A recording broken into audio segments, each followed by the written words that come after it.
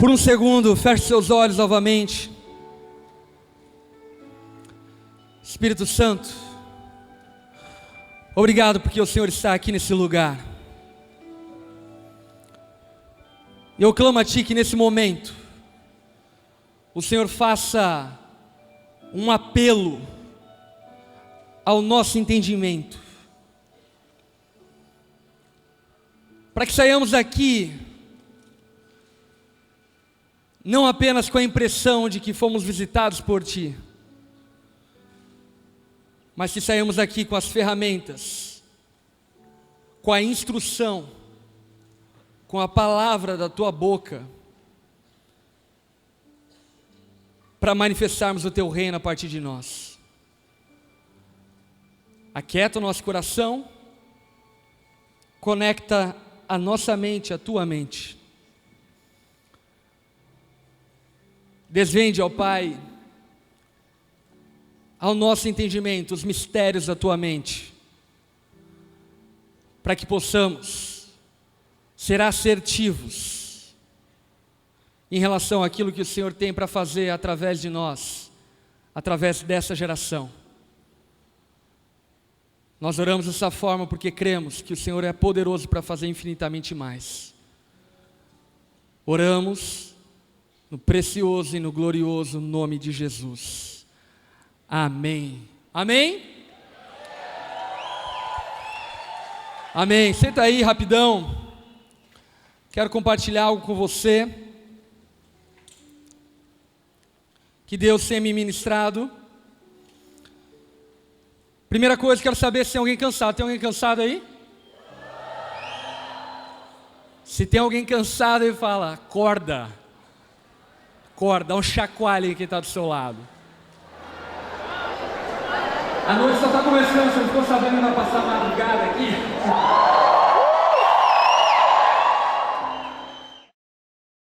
Tô brincando, não é para tanto. Mas enfim, a gente vai ficar mais tempo aqui ainda. Tem muita coisa ainda para rolar essa noite. Deus tem me ministrado algo que eu quero compartilhar com vocês. E na verdade diz respeito a não somente a onda dura igreja que Deus me deu para pastorear, mas diz respeito a essa geração. E o que eu tenho entendido da parte de Deus é que uma chave precisa girar na nossa mente.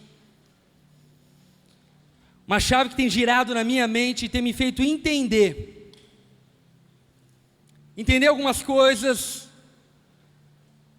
profundas, misteriosas, mas ao mesmo tempo esclarecedoras e que nos dão um rumo a seguir. Às vezes eu vejo alguns crentes cristãos vivendo de uma maneira muito cíclica a sua vida cristã, vivendo de tédio em tédio. Esse é o ciclo. De tédio em tédio, de vez em quando tem um pico de emoção, e aí de repente o pico de emoção tira um pouco do tédio, daqui a pouco volta o tédio. Olha para quem está ao teu lado e diga: Deus quer te libertar do tédio. Amém? Quando se apropriam disso, Deus quer nos libertar do tédio.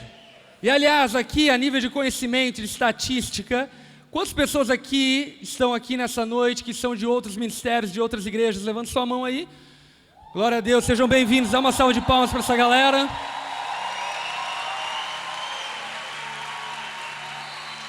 Tem onda dura aqui na casa? Galera do Paraná para cima, São Paulo, Rio de Janeiro, tem aí? Galera do Paraná, São Paulo, Rio de Janeiro, é nóis. Do Paraná para baixo, Santa Catarina, Rio Grande do Sul. Glória a Deus que você veio. Eu creio que profeticamente nessa noite uma onda está começando a ser formada no meio do oceano e ela vai chegar até a costa. E quando chegar até a costa e quando chegar até a cidade, ela vai ser incontrolável. Incontrolável.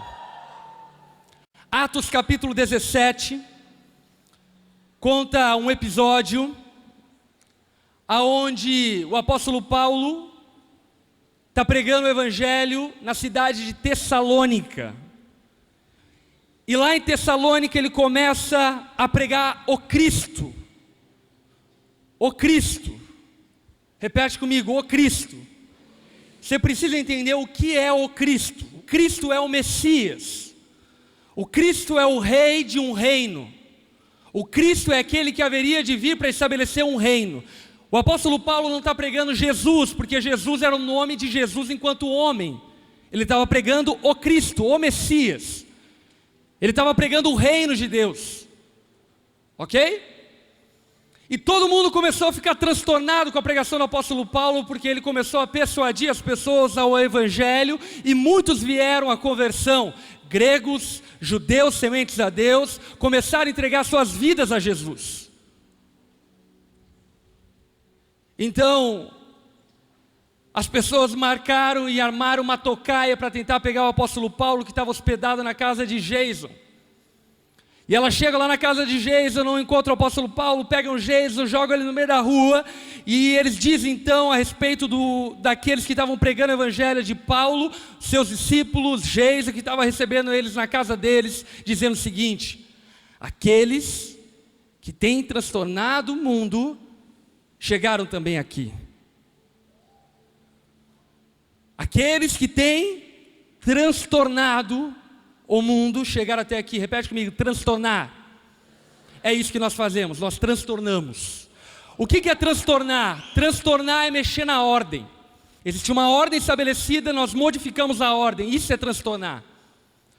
Existia uma ordem, e a ordem era dita a partir do Deus dessa era, Satanás, do príncipe das trevas.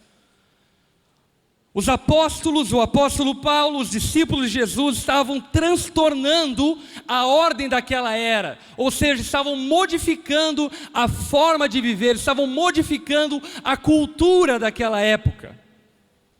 Fundamentados e baseados no quê? A própria acusação daqueles que tentaram prender Paulo diz, fundamentados no quê? Eles dizem que os discípulos e os apóstolos estavam servindo a um outro rei, que não era César. Servindo a um outro rei, e dizendo que existia um outro rei que não era César. Eles estavam proclamando o evangelho, falando a respeito de um rei que não era César. Ok? Entendeu até aí? Aqueles discípulos estavam transtornando, mudando a cultura. E sabe de uma coisa? Eu creio que nesse tempo da igreja brasileira, nessa geração, você e eu, nós juntos, independente da sua denominação, eu creio que Deus tem nos chamado para transtornar essa geração. Transtornar não é fazer bagunça, transtornar não é fazer barulho. Repete comigo, transtornar é mudar a ordem, é mudar a cultura, ok? Agora a pergunta é, como se muda uma cultura? Você já parou para pensar nisso? Como se muda uma cultura? Toda cultura tem uma origem. Você sabe qual é a origem da cultura? Eu vou te dar uma dica. Cultura. A origem de toda cultura é um culto. Todo culto se transforma em cultivo e se transforma em cultura. Todo culto se transforma em cultivo e se transforma em cultura. Você pode repetir comigo essa ordem? Todo culto se transforma em cultivo e se transforma em cultura. Nós estamos afastados da etimologia dessa palavra culto, e nós pensamos que culto é uma coisa meio dicotômica da nossa vida. Entende? Tipo assim, nós vamos para a igreja cultuar a Deus. Aleluia, glória a Deus por isso. Mas eu não sei se você sabe, a tradução da palavra culto, tanto no latim, quanto no grego, quanto no hebraico, significa literalmente trabalho. Uau! Significa trabalho. Portanto, na verdade, o nosso culto tem mais a ver com aquilo que nós fazemos de segunda a sábado do que com aquilo que nós fazemos no domingo, que é o dito dia do culto a Deus. O nosso culto tem muito a ver mais com o que nós fazemos na faculdade, com o que nós fazemos na nossa empresa, com o que fazemos na nossa casa, do que com aquilo que fazemos na igreja. Amém? Isso é um culto. E o culto se transforma em cultivo. E depois de cultivado, vem os frutos. E aí então se transforma em uma cultura de culto. Quantos entenderam isso? Não é difícil de entender, é fácil. É culto, cultura, cultura. Entendeu? Culto, cultura. Simples. Então, na verdade, presta atenção, se nós queremos transformar a cultura, e eu creio que é o que Deus quer fazer nessa geração, nesses dias, Ele não quer que nós continuemos a brincar de igreja. Olha para alguém do teu lado e fala, para de brincar de igreja, piá. Igreja não é playground. Eu creio que Deus, Ele quer transformar a cultura, e se nós queremos cumprir essa missão de Deus de transformar a cultura, é necessário que nós façamos um culto racional a Deus, que acontece durante a nossa vida. Ok, até aí tudo bem. Você já ouviu a palavra evangelho? Quantos já ouviram essa palavra, evangelho? Quantos aqui se denominam evangélicos? Você ficou meio em dúvida, levanta ou não levanta? Não é o palha, o evangélico do evangelho, aquele que crê no evangelho. Quantos creem no evangelho? Amém, somos evangélicos. Talvez não os palha, mas evangélicos somos. Amém? Glória a Deus. Olha para quem está ao teu lado e fala, você é um evangélico. Olha, deu até um ar de poder aí para quem está ao seu lado. Você sabe o que significa a palavra evangelho? Talvez você sempre ouviu e nunca entendeu o que ela significa de fato. Talvez você diga prontamente, evangelho significa boa nova. Mas que boa nova? Preste atenção de onde surgiu a palavra evangelho. Um reino ia para a guerra. Por exemplo, o Império Romano ia para a guerra. Então eles estavam no campo de batalha, travando uma batalha severa. Lá na guerra, lá no campo de batalha. Quando eles venciam aquela batalha, o comandante daquela tropa enviava um arauto que proclamava o evangelho. Qual o evangelho? O nosso reino venceu. O nosso reino venceu. Isso é evangelho. Quando eu proclamo o evangelho para você, presta atenção. Quando eu proclamo o evangelho para você, eu não estou querendo babar o seu ovo. Eu não estou querendo dizer, ai, Jesus te ama, Ele é tão fofinho. Porque algumas pessoas infantilizam demais Jesus. Ai, é tão fofinho. É amigo. M.A. Tem problema, tem que ser como criança mesmo, mas está na hora de amadurecer um pouco. Quando eu proclamo o evangelho para você, sabe o que eu estou dizendo? O Rei Jesus venceu. O Rei Jesus venceu. Ele foi para um reino distante, ele batalhou as batalhas espirituais e ele foi coroado, glorificado e hoje está sentado acima de todo o nome. Ele é o Rei da glória, ele é o Rei dos reis, ele é Jesus, o Cristo. Evangelho é isso. Evangelho é declarar que um rei venceu. Presta atenção. Se um rei venceu, isso significa que o seu reino também venceu. Amém? E nós nos tornamos participantes da vitória desse rei e participantes e herdeiros dessa vitória desse reino. Daniel, há muito tempo lá na Babilônia, ele passou por uma coisa um tanto quanto bizarra. Isso está escrito lá em Daniel, no capítulo 2, no versículo 31 em diante. E o que aconteceu basicamente foi, Nabucodonosor, que era um louco, ele teve um sonho, ficou boladão com o sonho que ele teve.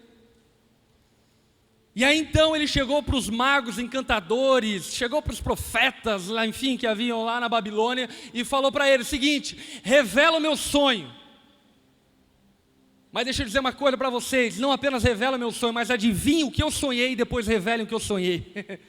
Nabucodonosor era louco, velho.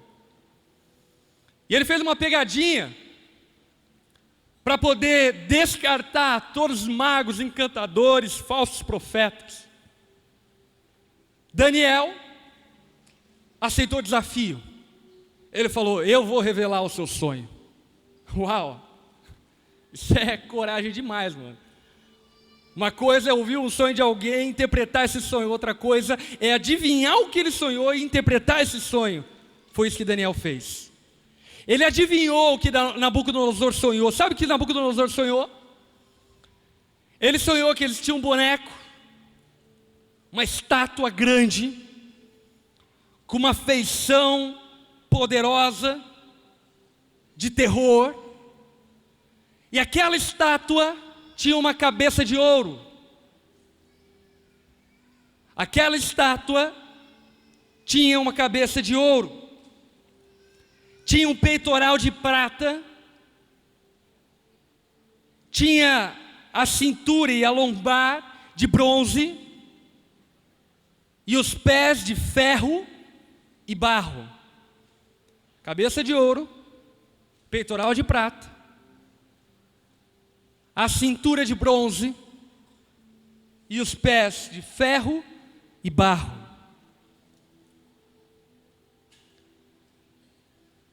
E ele sonhou que uma pedra descia de um monte, com um detalhe, sem auxílio de mãos. Repete comigo: sem auxílio de mãos. Isso é muito importante. Uma pedra rolava de um monte sem auxílio de mãos, e ela chegava então na frente daquela estátua, e ela esmigalhava aquela estátua, transformava ela em pó. Em pó. Uma rocha descendo um monte, batendo de frente com uma estátua, e batendo de frente com aquela estátua era transformada em pó. E aí então Daniel chegou para o Nabucodonosor e falou: cara, deixa eu falar para você, eu sei o que significa esse teu sonho. E sabe o que é? A cabeça de ouro é você, grande rei. Você foi colocado como um reino no qual você domina muitos, e o teu reino é um reino de ouro. Daniel estava falando que a Babilônia era a cabeça de ouro, ok? E ele não sabia quais eram os outros reinos, mas ele falou: e vem outros 3 reinos depois de você. E a pedra que desce do monte e esmigalha essa estátua é o reino do Messias, o reino do Rei dos Reis. Você pode dizer glória a Deus para isso? Ok. Um pouco mais à frente no livro de Daniel, no capítulo 8, você descobre que o peitoral de prata, que a cintura de bronze, significavam 2 outros reinos. Peitoral de prata, a Média Persa, a cintura de bronze, a Grécia. O próprio Daniel fala a respeito disso. E os pés de ferro e barro, adivinha qual império, qual reino simbolizava? Roma. Por quê? Porque Roma era um reino de ferro, forte, poderoso. Mas Roma tinha uma fraqueza.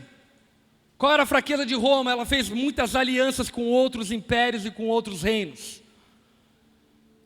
Então existiam esses 4 reinos, ok?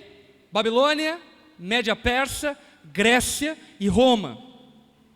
e de repente vinha uma pedra, sem o auxílio dos homens, que esmigalhava os 4 reinos.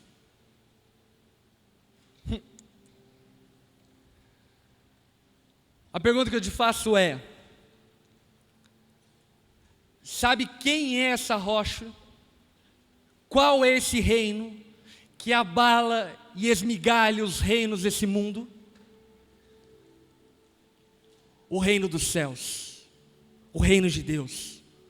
Exatamente no fim do Império Romano, quem surgiu? Jesus Cristo, o Messias, o Rei dos Reis, que abalou todos os sistemas, que abalou todas as ordens, e estabeleceu o seu reino aqui no nosso meio.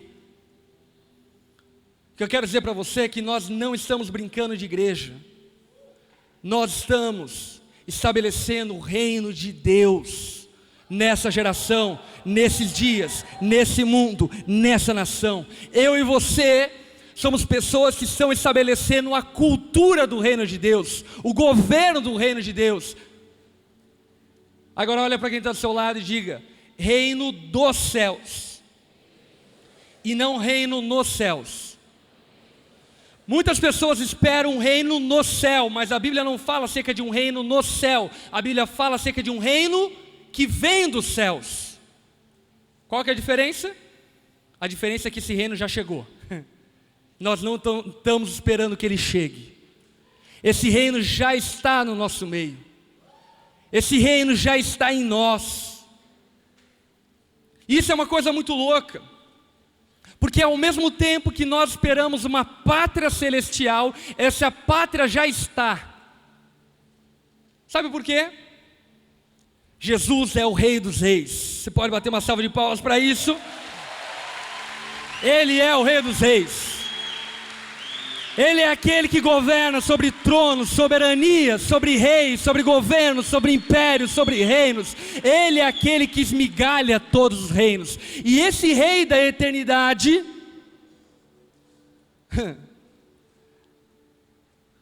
se tornou carne, viveu entre nós.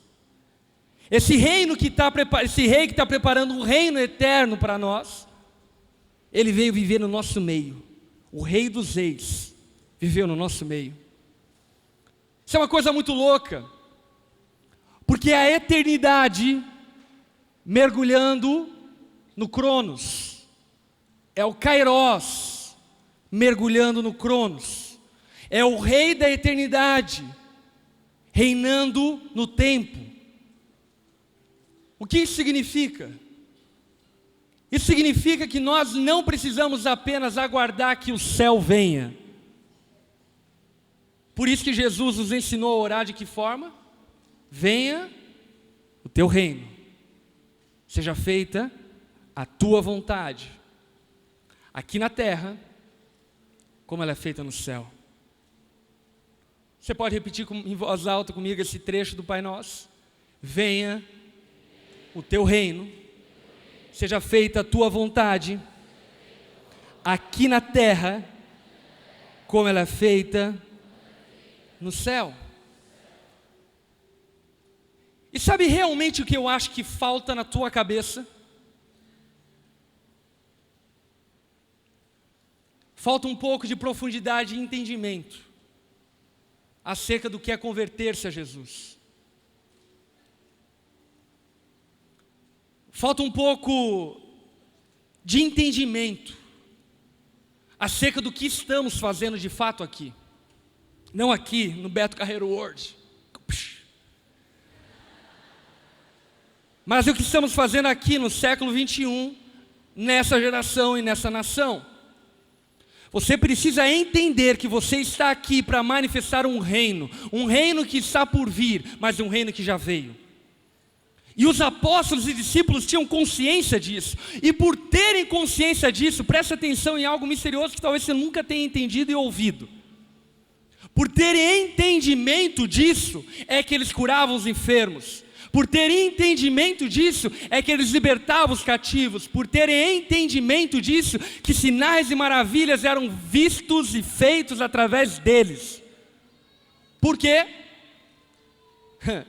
É mais ou menos assim, o apóstolo Paulo chegava no reino deste mundo, e estando no reino deste mundo ele olhava um cego, e sabe o que ele pensava? No reino dos céus não existe cego, então seja curado, o reino de Deus chegou até você. Ele via um leproso, e quando ele via aquele leproso, ele pensava e ele dizia o seguinte: olha, no reino dos céus não existe lepra, então seja curado da sua lepra.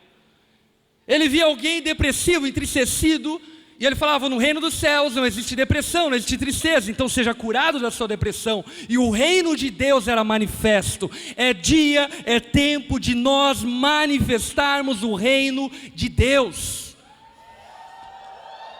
O Brasil, a nossa geração, esses dias está carente daquilo que o céu tem. O Brasil, seus amigos, a sua família carece do reino de Deus. A tua família não carece de um super crente chato, que vive importunando e falando para ele ir para a igreja. A tua cidade não precisa de mais uma igreja boladona para ganhar os perdidos. A tua cidade, a tua faculdade, a tua casa precisa de alguém que manifeste o reino de Deus naquele lugar. E isso é poderoso, porque o reino de Deus não consiste em palavras, mas em ações. O reino de Deus é manifesto através de ações.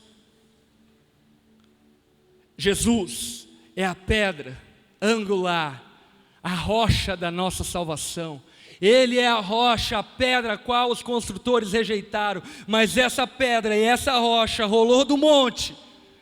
E quando ela rolou do monte, ela tem esmigalhado impérios, reinos, demonstrando que a cultura do céu é mais elevada do que toda a cultura desse mundo caído e pagão. Eu não estou desmerecendo o império e o reinado da Grécia, não estou desmerecendo os filósofos, tiveram sua participação na construção da humanidade, mas chegou o tempo e chegou a hora da manifestação dos filhos de Deus, que manifestam o reino de Deus, que manifestam a cultura do céu, que manifestam a vivência do céu, que manifestam a realidade do céu. É tempo de você manifestar a realidade do céu aonde você estiver. E isso é um tsunami. Isso pode mudar as ordens. Isso transforma a cultura. Isso muda a forma de as pessoas viverem. Quando o reino de Deus vem como uma onda avassaladora, como uma pedra rolando do monte, esmigalhando a sabedoria do homem, esmigalhando o erudito dessa era, esmigalhando o príncipe das trevas, tirando de fora todo o principado e potestade e edificando o reino de Deus debaixo dos olhos de Satanás, ainda neste mundo. Nós pregamos o Evangelho, as boas novas, que Jesus venceu, e o reino dele já não é uma possibilidade. Olha para quem está ao teu lado e diga: o reino de Deus é uma realidade. O reino de Deus não é mais uma hipótese, o reino de Deus é real. E o reino de Deus, o reino dos céus, é a vontade de Deus de se relacionar conosco. Preste atenção. No jardim do Éden, Deus se relacionava de maneira plena com o homem. Preste atenção, era a terra e o céu misturado. Ok? O homem pecou. O apóstolo Paulo diz em Romanos capítulo 3 que todos pecaram e destituídos estão na glória de Deus. O que significa? O céu e a terra foram separados. Ok? Deus escolheu um homem, Moisés, para dar a ele uma estratégia. A estratégia do tabernáculo. O que era o tabernáculo? Um ambiente na terra onde o céu era manifesto. Amém? Quantos estão entendendo até aí? O tabernáculo era um lugar onde o céu descia, literalmente. Posteriormente a isso veio Salomão e construiu o templo de Salomão, não do Macedão, não confunda, era do Salomão. Lá no templo de Salomão existia o Santo dos Santos, os átrios do Senhor. Naquele lugar, o céu e a terra se misturavam. O sumo sacerdote entrava naquele lugar e ele não sabia mais discernir o que era céu e o que era terra. Amém? Agora deixa eu ler um versículo com você, que é poderoso demais em relação a isso. Esse versículo está em João capítulo 1, versículo 14, onde fala a respeito de Jesus dizendo: e o verbo se fez carne e habitou entre nós. Habitou entre nós. Essa palavra, habitar, traduzida literalmente do grego para o português, sabe o que significa? Montou tabernáculo. O verbo se fez carne e montou o tabernáculo no meio de nós. O que significa? Que Jesus era a própria presença de Deus andando pelas ruas. Jesus era o céu na terra. Ele era o tabernáculo. Aonde ele ia, o reino dos céus era manifesto. Por quê? Porque ele era dos céus. Ele estava aqui nessa terra, mas ele era dos céus. Então Jesus, ele conectava os céus e a terra. Amém? Sabe o que a Bíblia diz? Que eu e você nos tornamos tabernáculo do Espírito Santo. Em outras palavras, você deveria ser o céu na terra. Você deveria ser a prova palpável de um reino invisível, mas que está vindo.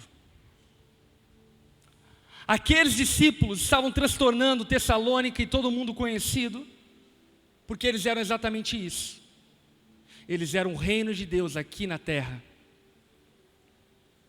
O que eu quero dizer para você, de maneira breve, direta e objetiva, é aquilo que a própria palavra diz em Romanos 8,19.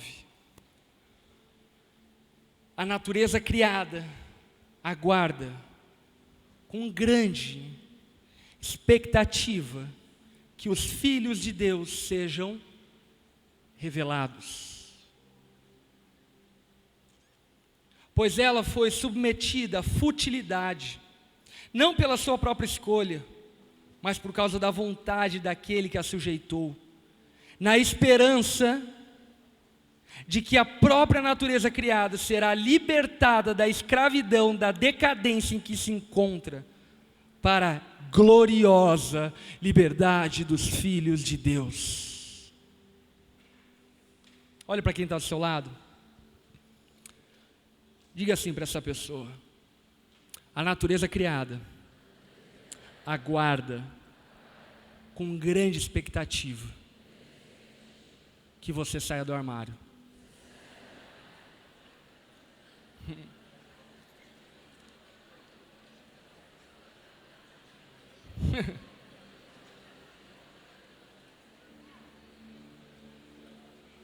A natureza, a tua faculdade, a tua família, aguarda com grande expectativa a manifestação dos filhos de Deus. Essa palavra, filhos, ela não se refere a um filho de idade pequena. A tradução desse texto significa um filho de fase adulta, filho maduro. Deus quer te levar à maturidade. Parar de ser um energúmeno cristão. Parar de ser um vegetal cristão. Parar de ser um peso morto dentro da igreja. Parar de ser um peso morto no seu trabalho. Parar de ser fuligem. Parar de ser poluição no ambiente. e se tornar a manifestação. Aquilo que é manifesto é aquilo que é visto. E se tornar a manifestação dos filhos de Deus, a natureza criada, a terra, os seres humanos, os governos, os teus amigos, os teus irmãos, a nossa geração, os nossos dias, os animais, a Amazônia, os oceanos, esperam ansiosamente a manifestação dos filhos de Deus, esperam que eu e você tragamos novamente o céu para a terra.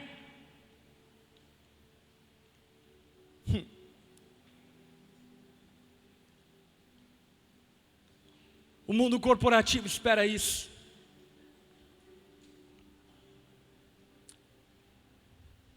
O jornalismo espera isso.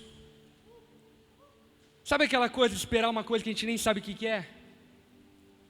É tipo assim, quem que estava na expectativa para vir no tsunami? Você nem sabia que ia rolar aqui, não é? Mesma coisa. A gente não sabe o que é, mas está esperando. E a nossa geração, a natureza, está gemendo com dores pela manifestação dos filhos de Deus. Cada adolescente pensando em suicídio é um gemido. Cada mãe que não sabe o que fazer com o seu filho é um gemido. A política está gemendo. O jornal geme. Geme pelo quê? Não é por novas políticas. Não é por novas ideologias e filosofias. A natureza está gemendo para que o céu venha à terra. A natureza criada de Deus está gemendo para que você se manifeste. Para que você manifeste o reino de Deus. Para que você assuma a tua cidadania desse reino inabalável. E traga esse reino inabalável que está na eternidade para essa era, para esses dias, manifestando dessa forma a glória de Deus. Nós não estamos brincando de igreja. Nós não estamos fazendo barulho no Beto Carreiro World. Nós estamos destinados a manifestar o reino de Deus nessa geração. Eu estou destinado a fazer tudo o que eu posso para manifestar o reino de Deus nessa geração. De que forma? Manifestando a cultura do céu. Repete comigo, manifestando a cultura do céu. Manifestando a cultura do céu. Sabe qual é a cultura do céu? Se alguém lhe deve, perdoe. Se alguém lhe bater uma face, oferece a outra. Se alguém pedir para andar uma, anda 2 milhas. Se alguém estiver enfermo, ore. Se alguém estiver chorando, chore junto. Se alguém estiver se alegrando, participa do bolo junto. Não dê por obrigação, não por pesar, mas dê com alegria. É manifestando a cultura dos céus que o céu desce no nosso meio. Sabe? O mistério revelado de Deus, aquilo que sempre esteve na mente, no coração dele, era que o céu e a terra fossem um. De que Deus e o homem fossem um. É isso que está no coração dele.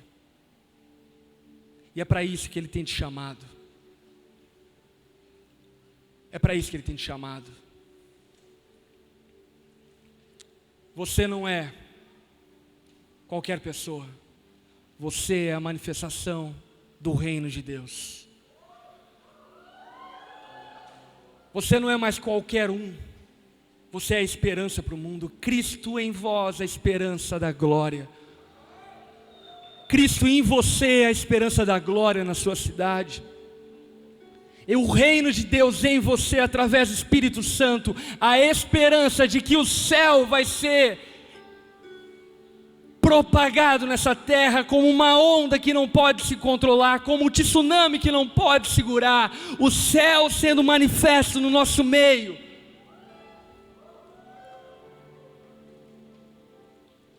Você é a resposta que a natureza aguarda.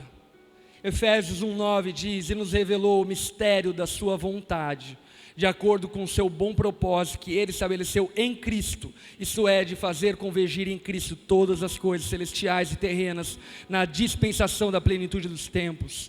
Colossenses 1:19 diz: pois foi do agrado de Deus que nele habitasse toda a plenitude, por meio dele se reconciliasse consigo todas as coisas, tanto as que estão na terra quanto aquelas que estão no céu, estabelecendo a paz pelo seu sangue derramado na cruz. Cristo nos deu o ministério da reconciliação. Reconciliação com o quê? Reconciliar casal, né, pastor? Cala a boca. Reconciliar o céu com a terra. Sabe por quê? Deus está dizendo para o ser humano: não tem treta. Pode chegar na minha presença. Pode entrar confiadamente na sala do trono, a fim de encontrar graça e socorro que te ajude no tempo da necessidade. Deus está dizendo para o homem: eu não tenho mais treta contigo. Olha para quem está ao teu lado e diga: Deus não está tretado contigo não, irmão. Ele não quer te passar para trás.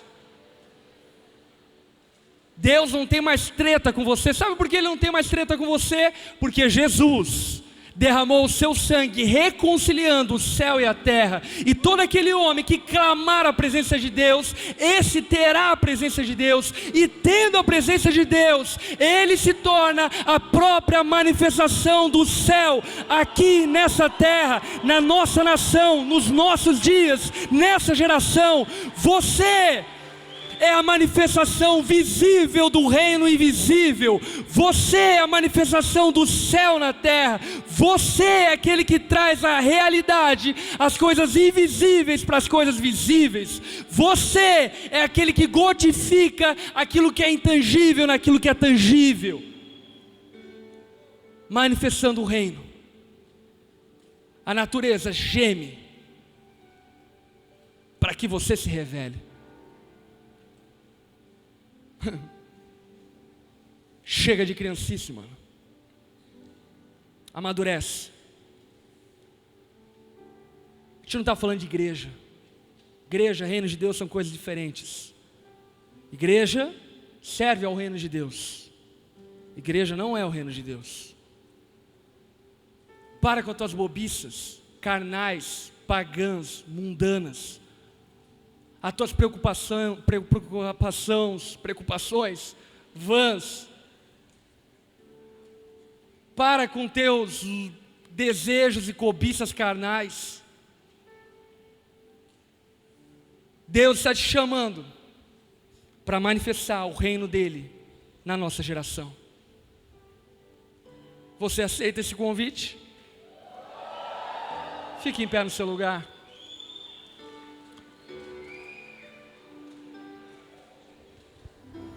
Aonde você for, o reino de Deus vai com você. Amém? A Bíblia diz que na plenitude dos tempos, na plenitude, aonde o reino de Deus vai ser pleno, as crianças vão brincar com leões, porque o mundo, a natureza criada vai ser reconciliada. E não haverá mais dor, não haverá mais lamento, não haverá mais corrupção, não haverá mais tristeza, não haverá mais choro. Só chora de tanto rir. E essa realidade, de maneira talvez resumida, pode e deve ser manifesta hoje, aonde você estiver. Onde você chegar, Você precisa chegar com 2 pés e dizer: o reino de Deus chegou aqui nesse lugar. O reino de Deus chegou aqui comigo. E porque Ele chegou aqui comigo, eu vou sarar a minha empresa. A fofoca que existe nesse lugar vai ser curada no nome de Jesus. Porque eu vou fofocar tudo para Deus. E Ele vai sarar a inveja, o orgulho no coração de cada pessoa da minha empresa. É tempo de você manifestar o reino de Deus, cara. O reino de Deus não é comida nem bebida, mas é paz, é justiça, paz e alegria. Manifeste o reino de Deus. Manifeste o reino de Deus. Eu quero te convidar a fazer uma dupla, um trio. Junta aí com quem está do seu lado, uma dupla, um trio. E comece a orar um pelos outros. Comece a orar pedindo a Deus discernimento acerca das realidades que nós ouvimos nessa noite. Ora a Deus pedindo que essa pessoa discirna, entenda, compreenda o que ela acabou de ouvir.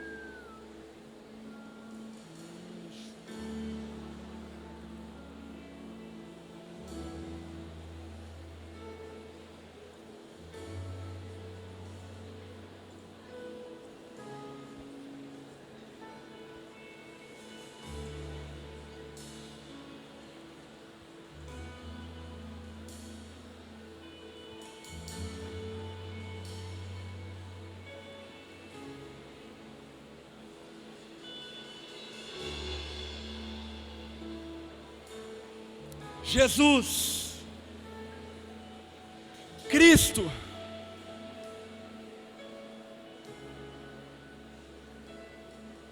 faça-nos entender o mistério da sua vontade, faça-nos compreender a profundidade do teu querer.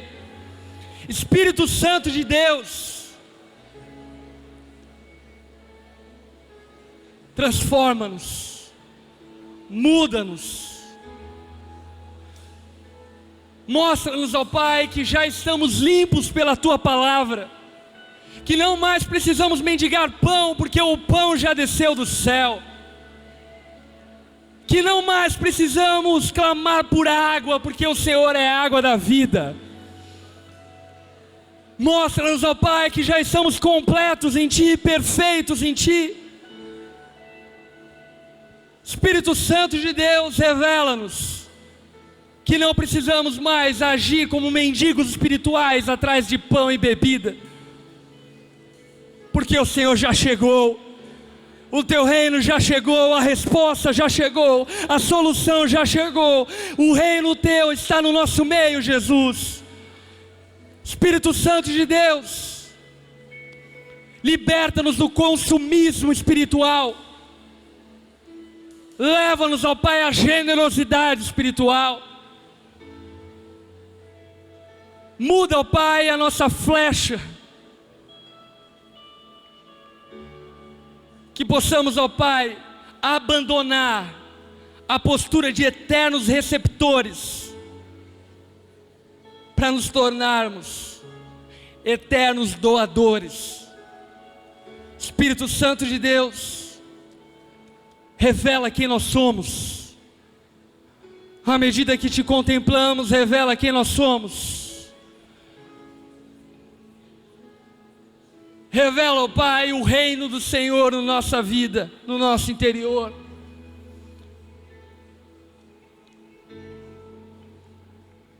Faça, ó Pai,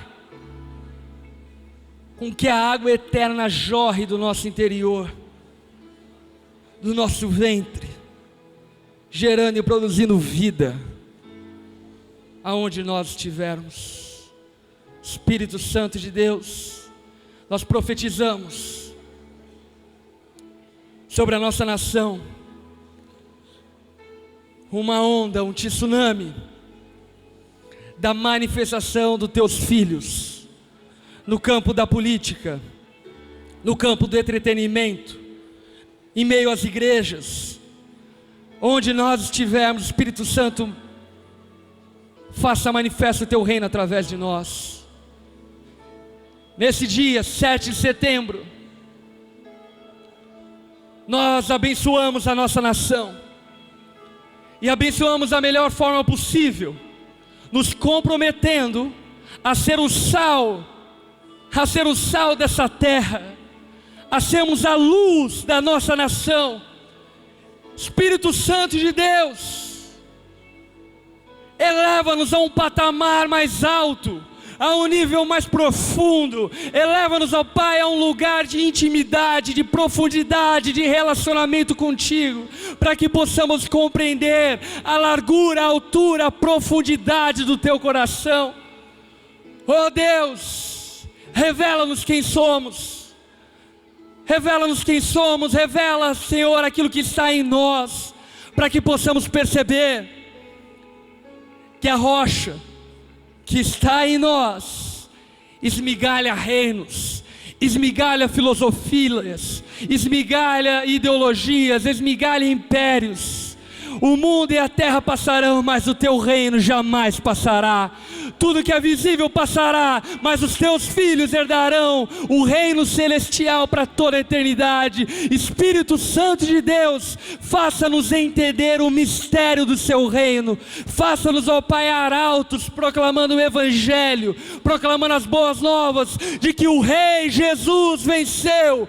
Ele venceu a morte e Ele está assentado, governando sobre céu, sobre soberanias, sobre reis, sobre reinos, sobre impérios.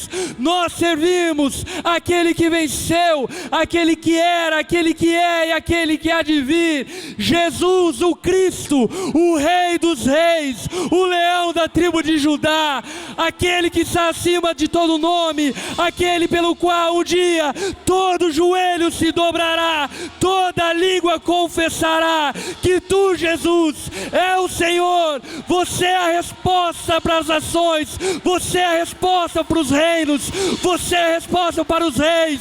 Nós te exaltamos, Jesus. Seja exaltado, seja glorificado.